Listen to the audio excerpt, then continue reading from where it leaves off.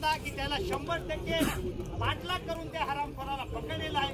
आता कोर्टामध्ये मॅटर आहे, जे योग्य ते कारवाई होईल त्याच्यावर होणार आहे, त्याचा विषय नाही। म्हणजे अशा तालुक्यामध्ये काय बरेचसे मुद्दे येतात, ते मुद्दे घेऊन आम्ही तुमच्या समोर आलेलो आहोत। शेतकरी सर्व या ठिकाणी जमलेले आहेत।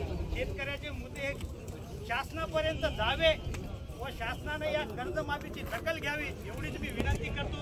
माझे 2 शब्द संपितो। जय हिंद। शेतकरी एकजुटीचा जय असो, शेतकरी एकजुटीचा जय असो। नेहमीचे लोकांना पैसे राहिले ते एक मुद्दा घेऊन आभार सर्वांनी मुठी हातात धरून म्हणा, शेतकरी एकजुटीचा शेतकरी एकजुटीचा शेतकऱ्याचा 7/12 कोरा झालाच पाहिजे, शेतकऱ्याचा 7/12 कोरा झालाच पाहिजे।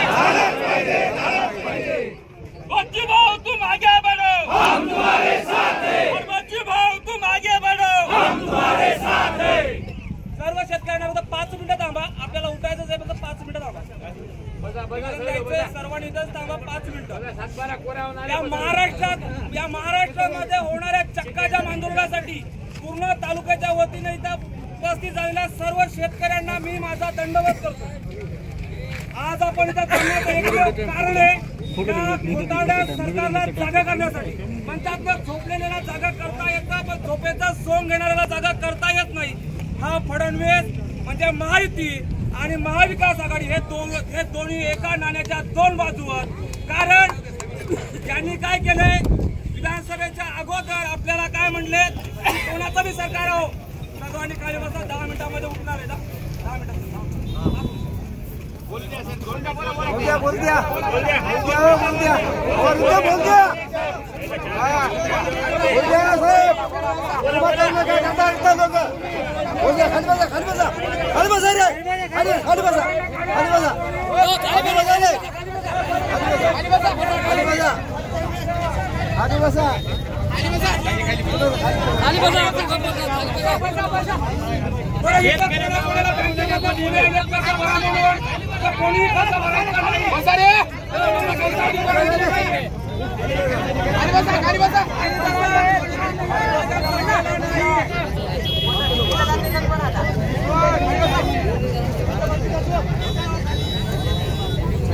शेतकऱ्यांची व्यथा मांडताना फक्त येतं फक्त प्रशासन आणि म्हणते चला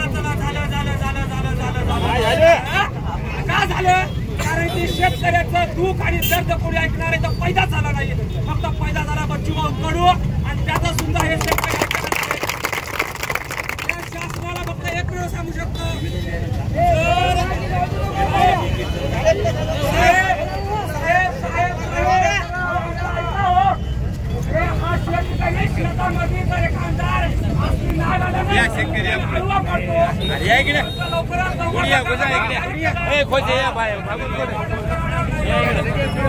फक्त प्रत्येक पक्षाचा एक माणूस या प्रत्येक पक्षाचा एक माणूस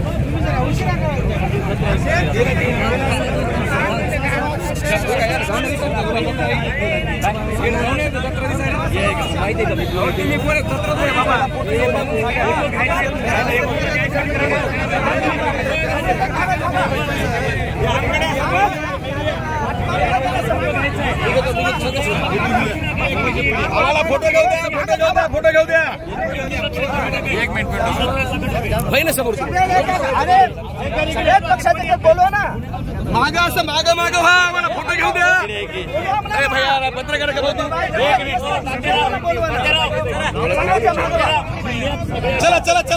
चला मागे आम्हाला फोटो घ्यायचा आहे आमचा कार्यकर्ता आहे